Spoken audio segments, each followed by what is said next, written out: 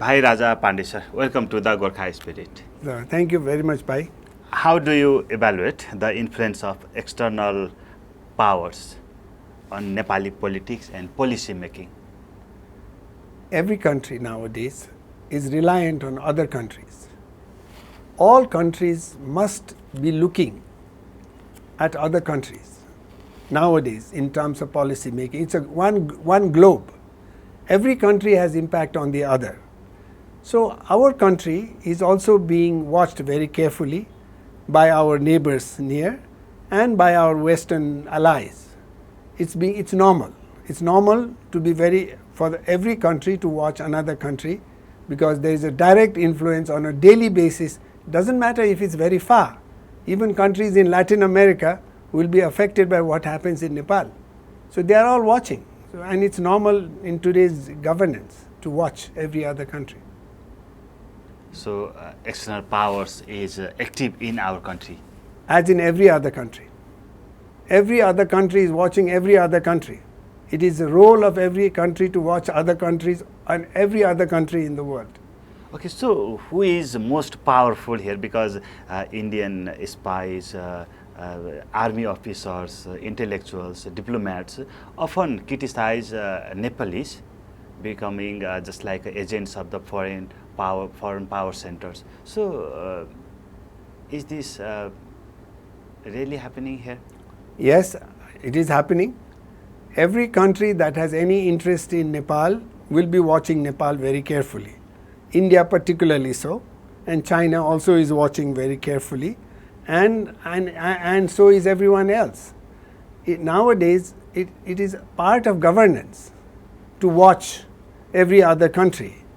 You cannot be caught off guard, because everything that happens in one country has impact on other countries. So they are watching us very carefully. So why foreign power centers or most of the power center is active in Nepal, it is said. So why Nepal? Because it is very strategically located. We are located between a communist China and a so-called democratic India. These are both fast-growing economies. These are threat to the rest of the world, but they are also source of attraction. So this is a new interest. A lot of people are interested in the Chinese right now, because China is almost an economic miracle. Not only economic, technological miracle too. So the whole world, including the Western world, is terrified of the Chinese progress in all these fields. So they have to watch India, because India also is a pretty strange country, because it plays its card very in a very strange way. It's friends with the West. At the same time, it's friends with Russia. Then it tries to be friends with Nepal. It also threatens Nepal. It's a very ambivalent state of affairs on that ground. And China is a communist country which is devoted to the economic progress of its people and succeeding at that, and also militarily very successful, and is a threat to the West. It's a threat to the establishment, and it's a threat to the civilization. Western civilization that had governed in the last 200-300 years the world now is under threat from the Chinese. So everybody is interested, and we are right in the middle of these two countries. So we are of course country that everyone is interested in. So we often heard that CIA, just like Indian spy, RAW, Chinese intelligence are active in Nepal. So most of the Nepalese people don't believe that. So what do you think about it? No, it is true. They are here. It's absolutely true, and they are here. And I just outlined you the reason why. It's a very explosive situation. It's the civilization, it's the rise of Asia right now. And it's a threat to the existing Western civilization. And so everyone is watching very carefully. So 40,000 registered or unregistered NGOs, INGOs are running in Nepal. So the NGO officers, they got the money from those lots of donations from the different countries. So it's true, you mean? Yes, the NGOs are here, they are all getting funded, everyone has their own agenda. Eventually, it may be beneficial to the recipients in Nepal. I'm not, the NGOs, we must not undermine the role of NGOs. They may be doing very good job, but they have an agenda. None of them is probably without an agenda. They have their, some of them Specific agenda, maybe. yes, some of them could have religion as their agenda, propaganda, religious propaganda, propagation of religion as their agenda. Some of them may have to show that, you know, that their value system is better than others, and so on and so forth. And some of them may be truly humanitarian. They are there to support other human beings. But it is difficult to tell. But the NGOs that are most successful are those that support the agenda of its donors. Donors have certain agenda in Nepal, and if they support work on that, the donor pays them for it. That's how it is. Now, there is a benefit to Nepali people. There is a cost to it also, because it's not as if this money is coming from the government. It could have come directly from the government if it was purely for Nepali people. But why is it coming through the NGOs? Because they have their special interest. And that's the cost the country has to pay by relying on NGOs to work here. But that's okay. It's a win-win situation most of the time. So mostly China just like feels threatens that Western powers or Indians are active to encircle the China, its progress, its development. So they are worried, their worriness is justifiable? Yes, the Chinese should be worried, because the world is terrified of them, terrified of their progress, terrified of their devotion to the cause, their ability to work unlimited number of hours without taking any break, their intellectual, you know, capacity to outdo most Western companies. This is a threat. This is a new reality, and a lot of people didn't see this coming.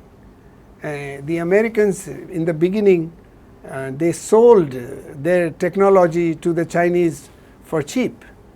Now the Chinese are manufacturing the same technology at 1/3 or 1/4 the price. So it is something that the rest of the world should worry about. Yes, because it's a signal of change of civilization. Asian civilization may be coming up. India also worries from Nepal as well. It is we often read the news. So that's also true. India is worried about Nepal? From Nepal. India has very little to worry from Nepal as such at the moment, because only thing India worries about is our alliance with the Chinese. They think that we will go the China way, but that's not well placed fear. It's just something that rumor mongering in India happens. Nepal will always be closely aligned to India because of our religious and cultural connections, but there is a constant threat in India. Indians like to talk about it all the time, saying Nepal is going the China way, but it isn't doing it. That's not happening. So Nepal, every country needs Nepal at this time. Well, every country, meaning that India External powers especially. India and China don't need Nepal. India and China need Nepal not to cause them problems. And we have become a bit of specialists in causing problems to our neighbors. Because we are unstable, because we never have a government, because we don't govern ourselves, the neighbors are fed up. They don't know what policy to adopt. They don't know which minister to talk to. They don't know how to deal with Nepal, because we are changing prime minister every year or so. We are changing government from left to right all the time. So we are an unstable neighbor between these two very powerful countries, and we are proving to be a bit of nuisance to them. So Western power centers investment is working, or it's on the way? What do you think? They invest lots of money for Nepal. They are not investing a lot of money in Nepal, and that's because the investment climate is not there. Investment demands stability. It demands governance. It demands rule of law. It demands arrangement, court system that will implement the rights, and none of it exists in our country right now. So there is no investment coming. We should have had lot more investment coming here. Our hydropower, our tourism, millions and hundreds, billions of dollars should have been coming as investment, which is not coming.